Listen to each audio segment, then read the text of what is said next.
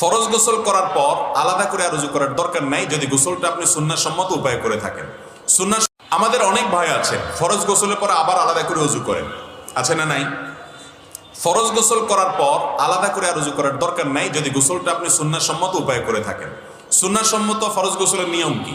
নিয়ম হলো, প্রথম কাজ, শরীরে বা কাপড়ে কোনো জায়গায় নাপাক লেগে থাকলে জাস্ট আলতো করে ওই জায়গাটাতে পানি ঢেলে ধুয়ে পরিষ্কার করে ফেলা। নাপাকটা চলে গেছে, বাস প্রথম কাজ শেষ।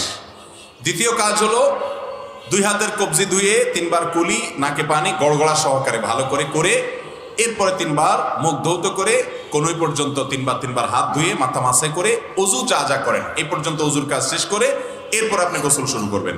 মাথার উপরে কাঁধে আপনি পানির ঢেলে অথবা পুকুরে হলে পুকুরে নেমে আপনি গোসল করে উঠার সময় 2 পায়ের গোড়ালি পর্যন্ত ধুয়ে আপনি চলে আসছেন। তাহলে অজু প্লাস গোসল একসাথে হয়ে গেছে। এখন যদি আপনি গোসল পরে আবার অজু করেন তাহলে এটা অপ্রয়োজনীয় অজু। এটা